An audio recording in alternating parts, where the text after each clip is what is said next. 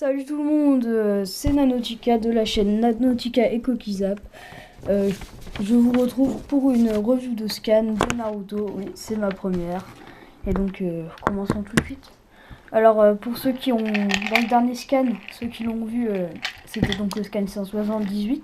On s'était arrêté sur un Madara qui sortait des choses noires de son corps. Enfin, je sais pas si vous vous rappelez. Et qui criait.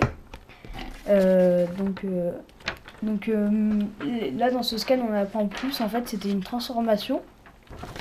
Et Madara il commence à grossir là dans ce scan. Il y a du chakra qui commence à sortir de terre en fait autour de Madara. Et là Naruto il dit oh là là c'est pas bon ça. Et en fait il sent et c'est le chakra est plus, il y a plus de chakra que Jubi. Donc ça quand même fait quand même pas mal. Donc là Naruto et Sasuke tentent de l'arrêter avant qu'il soit trop tard. Parce que ça continue à grossir, donc ce sera inarrêtable sinon après. Et là, des cheveux qui sortent de n'importe où les attrapent. Et là, il y a une voix qui parle. Alors là, je vous garde la suite de à qui appartient la voix. Et elle commence à parler du Tsukiyomi, qui est infini. Et la voix dit comme quoi elle a déjà créé un Tsukiyomi. Et que, en fait, les gens enfermés dans les cocons, dans leurs rêves, vont se transformer en Zetsu.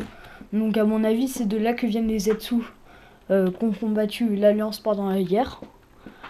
Et là les cheveux il les projette par terre. Les cheveux projettent Naruto et Sasuke par terre. Et là on voit qui? On voit Kaguya, putain. Kaguya,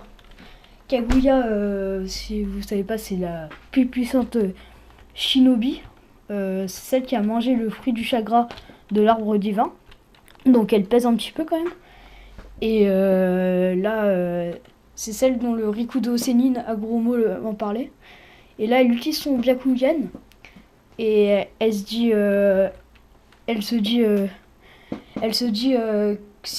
demande si c'est pas les réincarnations de Aguromo. Et on apprend le nom du frère du Rikudo qui nous avait été caché pendant tout ce temps, Amura. Donc Amura c'est le nom du frère du Rikudo. Donc elle se demande si c'est pas les réincarnations de Aguromo et de Amura. Finalement elle voit que c'est les réincarnations de Indra et Ashura. Et que Aguromo leur a passé, donc le Rikudo Senin leur a passé des pouvoirs. Et là elle dit arrêtons le combat, je n'ai pas envie de détruire plus ma terre-mère. Donc en gros c'est à dire qu'elle a des putains de pouvoirs si elle dit qu'elle peut détruire la terre. Et elle commence à les téléporter dans une dimension. Là, le scan s'arrête là-dessus. On voit que la Team 7 va s'écraser dans une sorte de dimension avec de la lave, je pense, ou je sais pas. Je pense que c'est de la lave, mais c'est peut-être du chakra. Et si c'est du chakra, il y en a beaucoup. Donc, je vais vous demander, dites-moi dans les commentaires vos hypothèses sur cette nouvelle dimension. Hein. Et puis voilà, hein, dites-moi des conseils aussi, mettez un j'aime si ça vous a plu. Et on se retrouve pour une prochaine vidéo. Ciao!